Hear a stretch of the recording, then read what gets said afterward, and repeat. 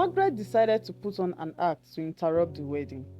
She shouted out, saying Ada was her daughter. The room went completely silent as everyone turned to look at her. Security guards quickly stepped in, dragging her out as she cried and begged. "They took my daughter away from me. Please give me back my daughter." In the large village of Uzu, life moved at a steady pace, and the villagers went about their busy lives. Among them was a woman named Margaret, who was consumed by grief. Her husband, David, had died tragically in an accident on his way to work, leaving her alone in a world that now felt cold and unforgiving. She was filled with sadness and pain, and along with it came severe poverty. Her husband had deceived her, never been as wealthy as he had claimed when they married.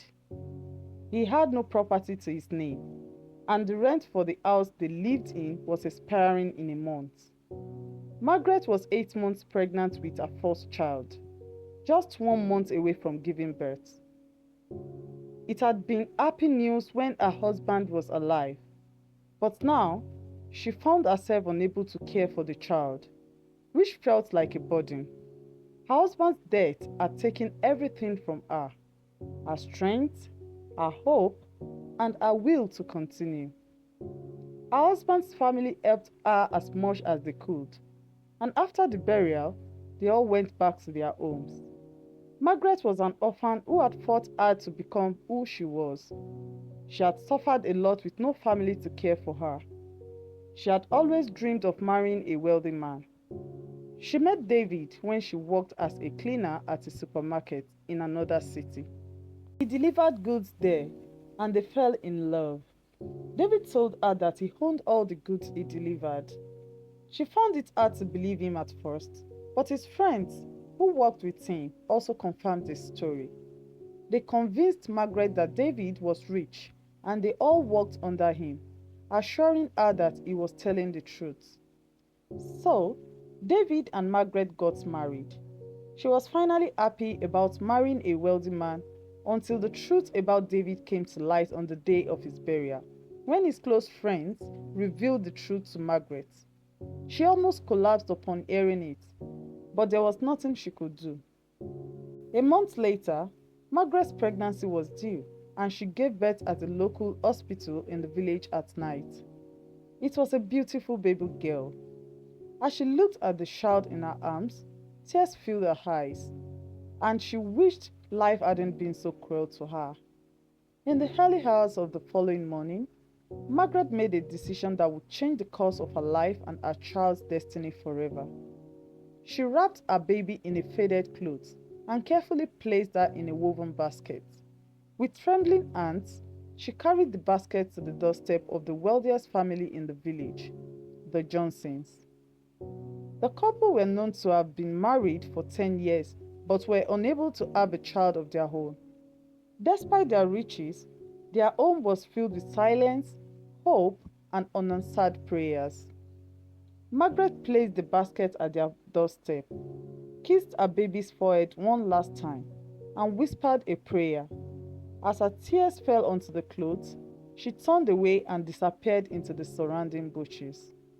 That morning, as the Johnsons prepared to leave for a party in their car, the gateman opened the gate to their grand home.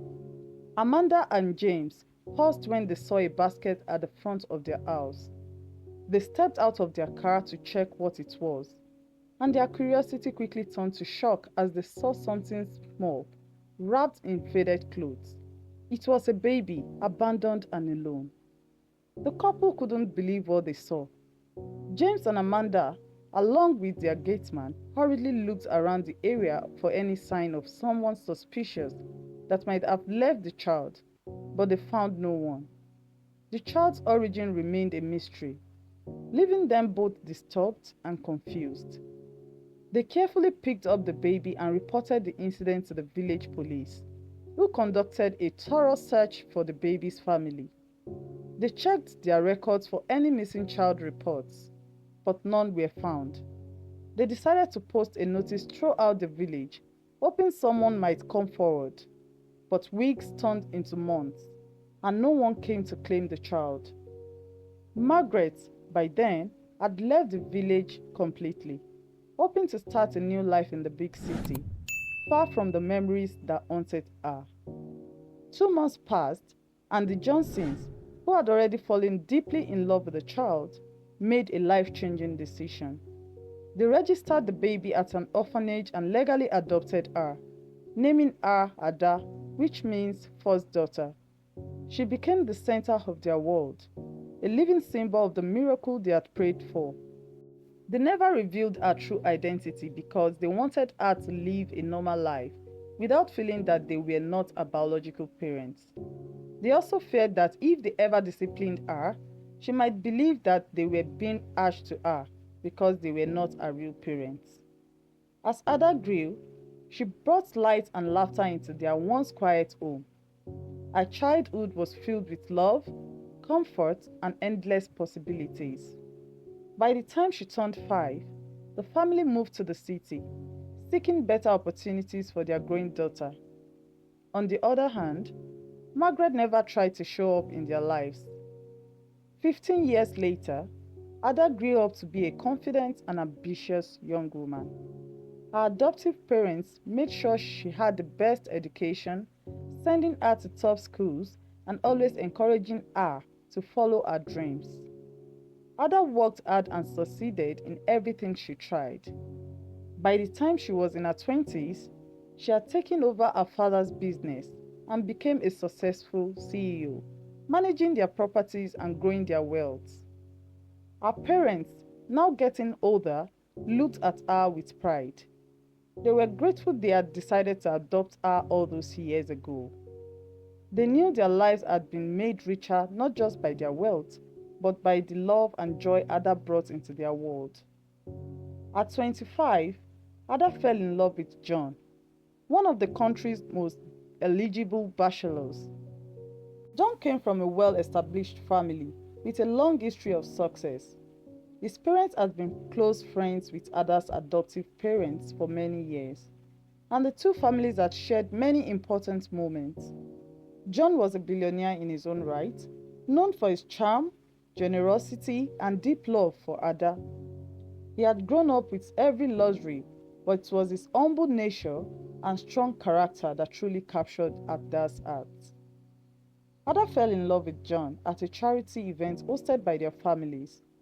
They had known about each other for years because they moved in the same circles, but this was the first time they talked.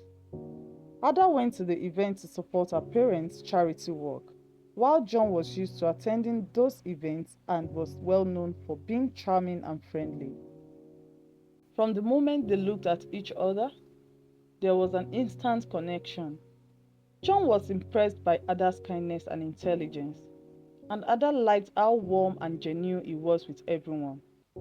They spent the evening talking, sharing stories about their childhoods and their hopes for the future. They quickly realized they had a lot in common. As the night went on, John knew he wanted to see her again. Ada, though hesitant at first, found herself thinking about him after they said goodbye. From then on, they started seeing each other more often, and their friendship slowly grew into love. They both realized they were meant to be together. Their relationship quickly became the talk of the town. People were intrigued by their connection, and their upcoming wedding was the biggest event of the year. The families worked closely together to plan the grand celebration. The preparations were extravagant, with every detail carefully thought out. Invitations went out to the most influential figures in the country, and the event promised to be unforgettable. When the wedding day finally arrived, it felt like a storm of excitement.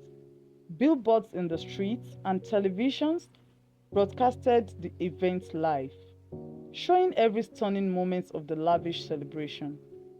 The entire nation seemed to be caught up in the magic of the day. It was more than just a wedding.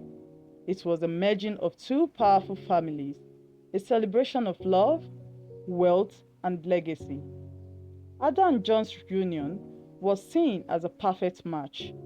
and people couldn't wait to see what the future held for the young couple. Far away in the busy streets of the city, Margaret's life had taken a very different turn. She worked as a waitress in a small hotel, her once bright spirit dimmed by years of hardship and regret. One evening, as she was walking home, she saw a billboard showing a live broadcast of Ada's wedding. Her heart stopped when she saw the face of the Johnsons and she was shocked. She immediately knew the person about to get married was her daughter, as she knows the Johnsons never gave birth. Trying to place the face of the baby she had left behind years ago to match the face on the billboard she was staring at. Margaret stood there, stunned as she stared at the screen, tears falling down her face. But instead of feeling overwhelmed with guilt and a deep longing to reconnect with the child she had given up, a new feeling began to grow within her. She was happy to see her daughter had gained wealth and success, and her heart filled with a selfish desire to get back into her life. She couldn't wait to enter her daughter's world, not out of love, but for the chance to share in the wealth and comfort she had built. By chance, Margaret worked at the hotel where the wedding was being held during her night shift. She rushed home, grabbed her staff ID, and hurried back to the hotel. With her ID, she got inside. As she moved through the crowd in her waiter's uniform, her eyes stayed fixed on the stage where Ada and John stood, looking so happy. Margaret decided to put on an act to interrupt the wedding. She shouted out, saying Ada was her daughter. The room went completely silent as everyone turned to look at her.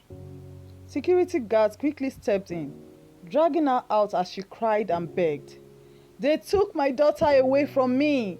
Please give me back my daughter." The Johnsons, shocked by the scene, reassured the guests that everything was fine, and it was maybe one of their enemies that wanted to spoil the wedding, and the ceremony continued without further interruption. Margaret was taken to the police station for causing a disturbance. Meanwhile, Ada couldn't stop thinking about the woman who had interrupted her wedding. After the celebrations ended, she went to her parents and demanded an explanation. Reluctantly, they told her the truth about her adoption, explaining how they had found her in a basket on their doorstep. Ada was heartbroken. She felt betrayed by the people she had always trusted. For 2 days, she refused to speak to them, cancelling all post-wedding events as she struggled to understand her true identity. When Ada finally calmed down, she opened up to her husband, John, about everything that was going on. She explained that she needed some space to process it all. John agreed and assured her that he would be there to support her whenever she needed him. She informed her parents that she would like to meet the woman who claimed to be her biological mother. Her adoptive parents went with her to the police station, where Margaret was waiting, her face filled with desperation. As Ada entered the room, Margaret's tears flowed freely as she began telling her version of the story, which was filled with lies. She accused the Johnsons of stealing her child and claimed she had been searching for her everywhere. But Ada, knowing the truth, saw through the lies. She told Margaret that unless she confessed, she would stay in jail for her actions. Days went by, and Margaret's confidence slowly faded. Faced with the reality of her situation, she asked the officers for another meeting with Ada. This time, she told the truth about her husband's death, the crushing poverty, and the guilt that had made her abandon her child. She admitted that her return wasn't motivated by love, but by the wealth and success Ada had now achieved. Her words were full of regret, but they did nothing to heal the pain she had caused. Ada listened in silence, her emotions a mix of anger, sorrow, and pity. While her heart ached for the mother who had given her life, she couldn't ignore the pain of the betrayal. Despite everything, she decided to help Margaret, because she was still a biological mother. Ada arranged for her to be released from jail, offering her a house and enough money to live comfortably, and told her to stay away from her. However, she made it clear that forgiveness would take time and that her life with the Johnsons remained her priority. Margaret going away marked the end of one chapter and the beginning of another for Ada.